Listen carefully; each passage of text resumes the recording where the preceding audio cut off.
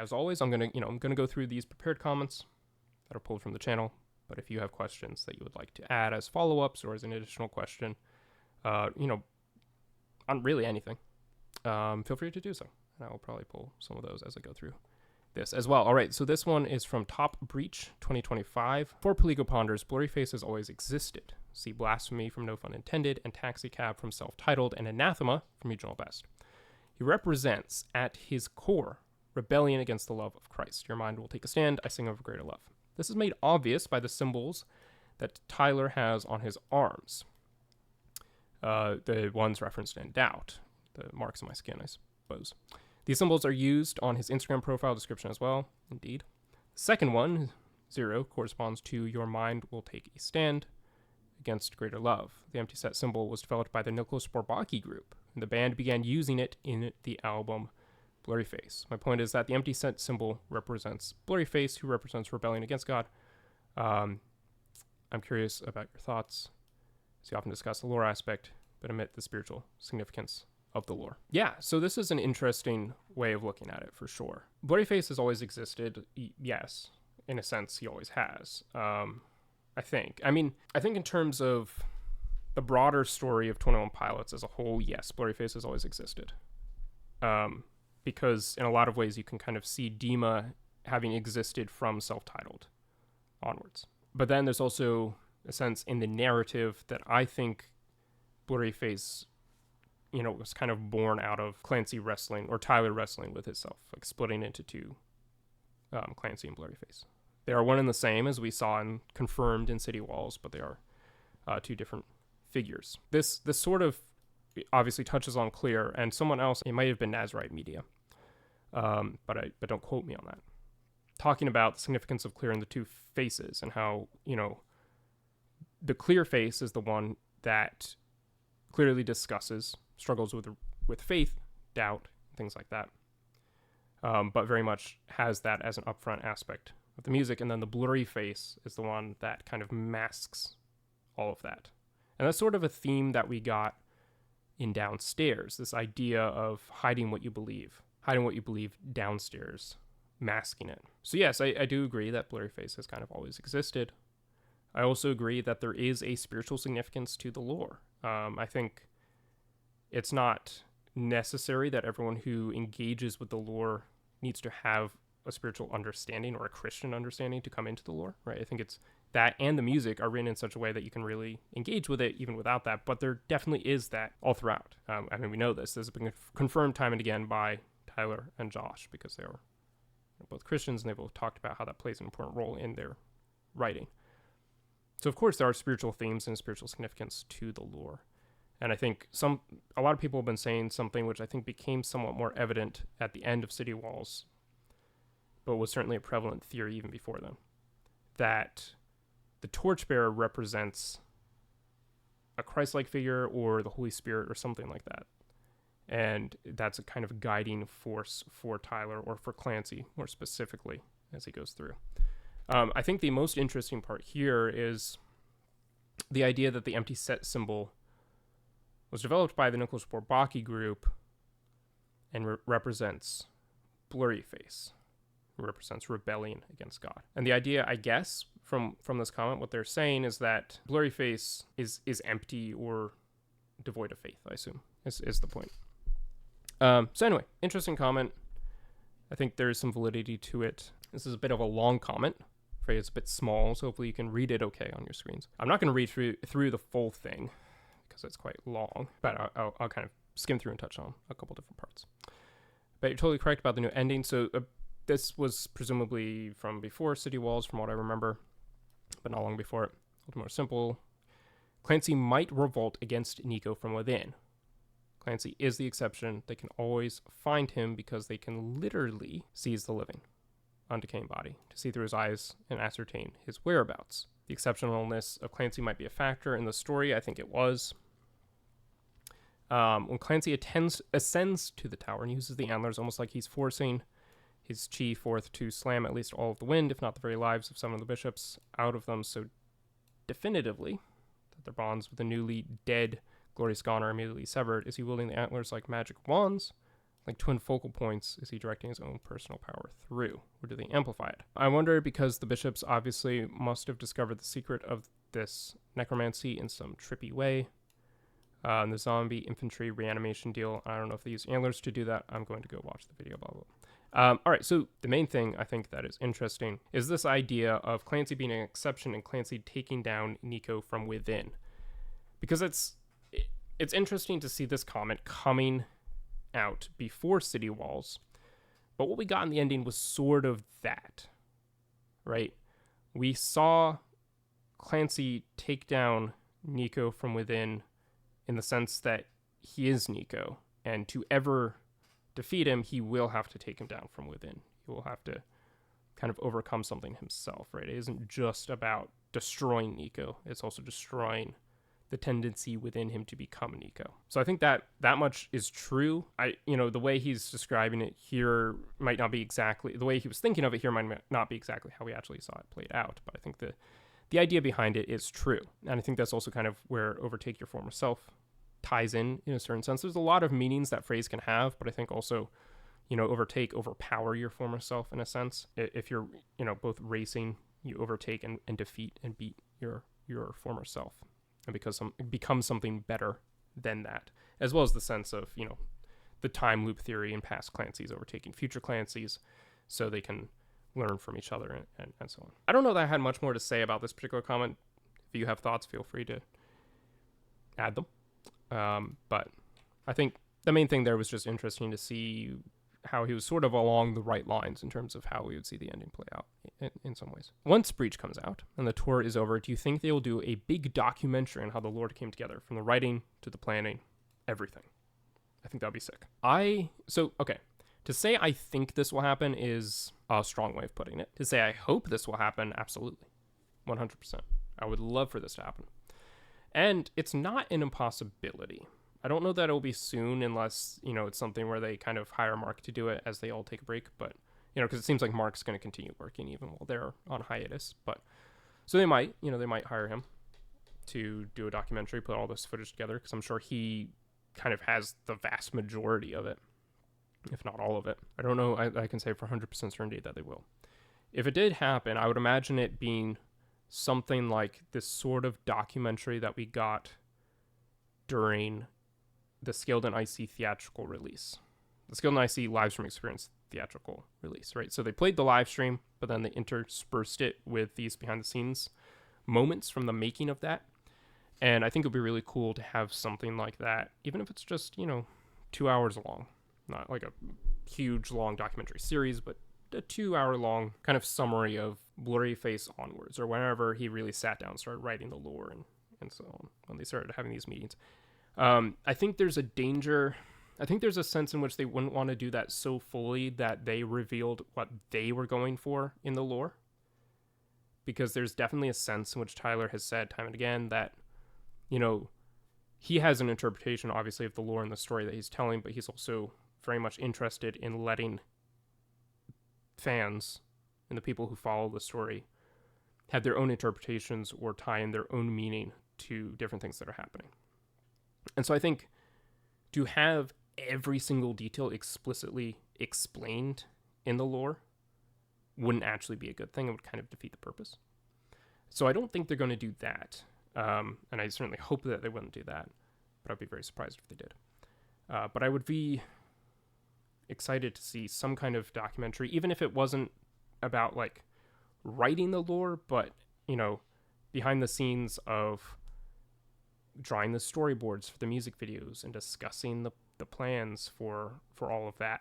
I think there's a sense in which they might be just trying to move away from the lore now that it's done, or at least as soon as the Breach tour is over, that they'll be doing that. What do you think? Do you think there'll be a documentary? Would you like to see a documentary? Some City Walls lyrics say, "This is the last time that I try to address my soul," writes Eabar?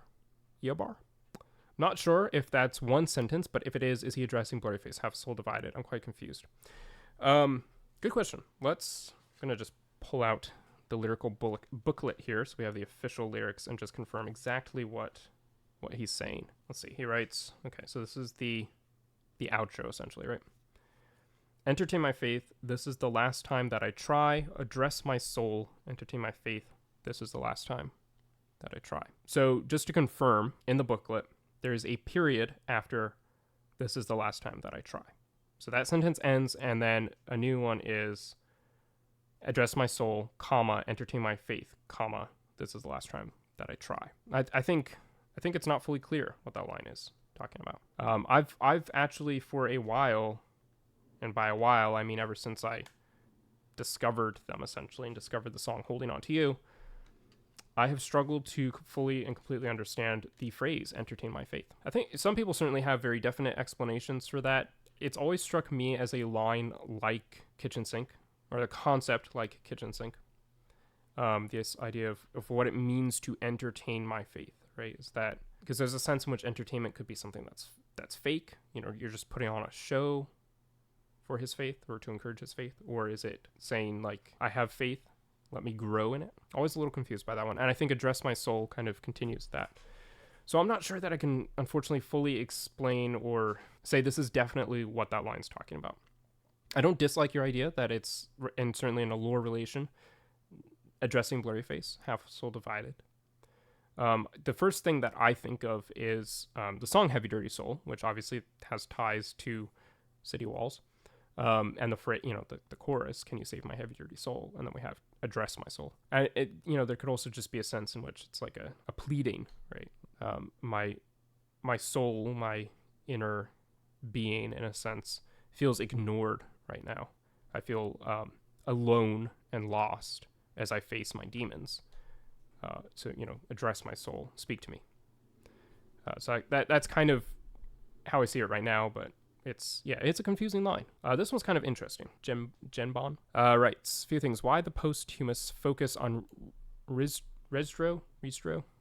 Seems weird to shift attention to a background character after the conclusion of a story that's barely included him. Also, I think we're getting a third album, or at least a new set of songs. Remember Tyler's shirt codes from the Clancy tour and how they matched what appeared that supposed leaked track from the Discord. Remember how they echoed some of the codes in the Clancy exhibit letters. There were 14 tracks total, 2 of them being The Contract and Drag Path. 15 shows on the upcoming tour have Bandito Camp seating. The theory is that they're going to play one of those unreleased tracks per Bandito Camp show, culminating in the true ending at the end of the tour. Think about it, why release a track list, then not use 90% of the songs? If there's shirt codes with lyrics, then why didn't they show up on Breach? So I think this is an idea that we're going to see circulating around more and more as people start to develop the third album, the triple album theory. Right off the bat, I don't think there's going to be a third album. That being said, I did not think there was going to be a second album. There is a clear difference, right, in that I did think there was going to be more music after Clancy. I don't think there's going to be more music after Breach. Certainly not for a long while. Eventually there will be, but not, I thought there was going to be more music this year to end the story. Not a whole album, but some. So I don't think there's going to be a third one. I don't think there's going to be more music to end the story after this. Drag Path is kind of the alternate ending, a glimpse at the future. I don't think we're getting more. That said, I am very intrigued as to why there were these shirt codes, what they related to, what their purpose was. Obviously Drag Path exists now as a song, but the others don't. And the only one that I think could really relate to something on Breach is the song, or the title. We don't know if it's a song, but the words, the phrase seldom surface, could have been an alternate title for Downstairs. It's not a lyric that appears in the song, but they could have just called it seldom surface, even though it's, like Anathema is called Anathema, but there's no lyric that says Anathema, as a conceptual title rather than, a lyric from the song. But I don't know what to make of the rest of them. I don't think they're a track list that we're going to get, but it is a little confusing, what their purpose was there. I wonder if there's a sort of message to uncover there that we completely missed. Yeah, I mean, it's a confusing moment from the Clancy tour. If there's shirt codes with lyrics, why they show up on Breach? Furthermore, why lend credence to the legitimacy of that fake album by releasing Drag Path, a song that supposedly didn't exist from an album that was never real? So the difference with Drag Path is that it did exist. It existed as a sort of hidden song on the Clancy digital remains.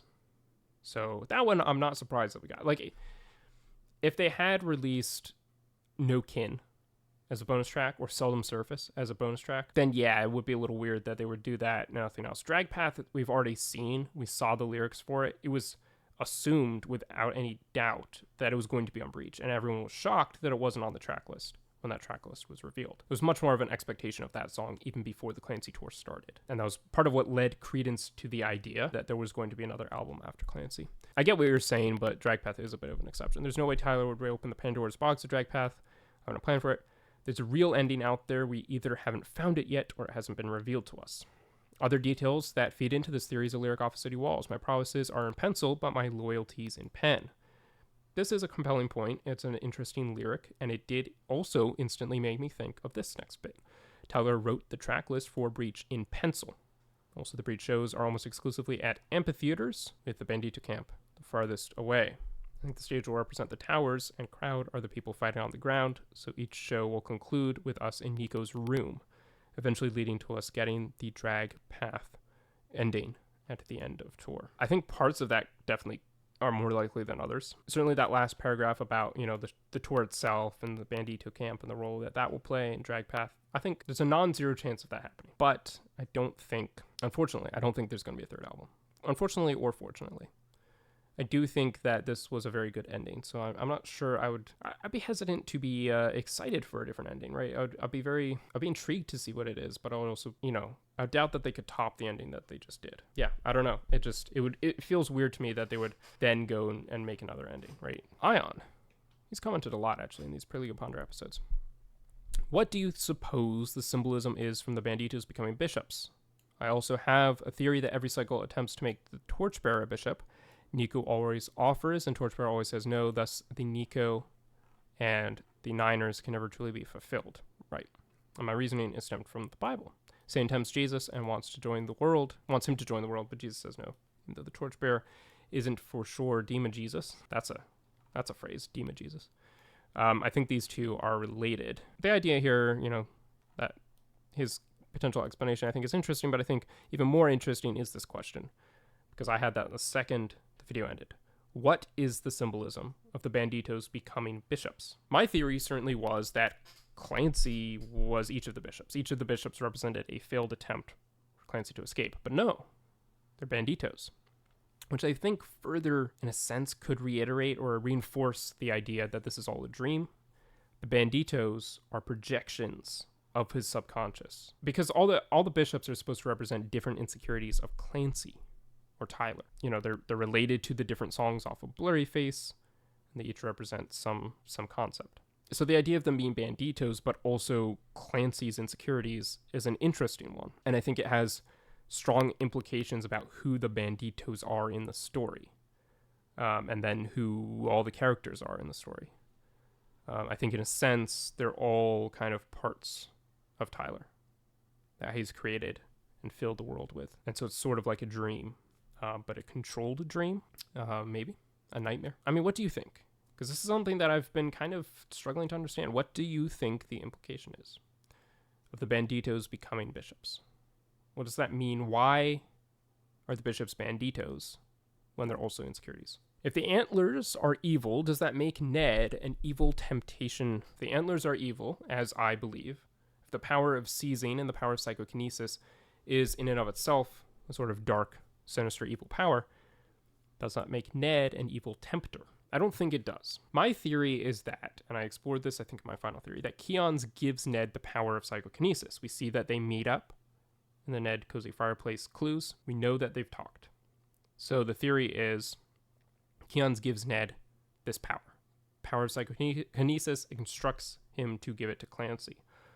But it is also true that the power somehow is then held in the antlers. But I don't think the Neds themselves are evil. I think also the antlers themselves are not evil. I think just the power they harness is. Like a gold band is not itself evil, but the One Ring of Power, which was also a gold band, is evil.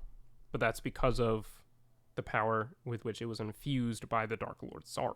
The goldsmiths who made the gold ring, well, they may have been evil, but you get my point. And so the Neds and the Antlers might not themselves be evil, but the power with which they're infused is a dark, sinister power, and the Neds might not realize that, right? They're not necessarily to blame for that. But it's an interesting question. I see the Neds very much as amoral in the story. They're kind of just a helpful character who were given a task to aid Clancy, and in doing so, were kind of upholding a bargain that they struck with Keons, but weren't themselves like trying to promote psychokinesis. They were just handing it on to the next person. So that was the final question of Perligo Ponders. As always, if you would like your comment to be featured in a future episode, just leave a comment. You can tag it as Perligo Ponders, as some people did, but obviously a comment like this down there, it's not tagged as Perligo Ponders. That's just something I found interesting. And yeah, if people keep commenting, I'll keep doing more of these.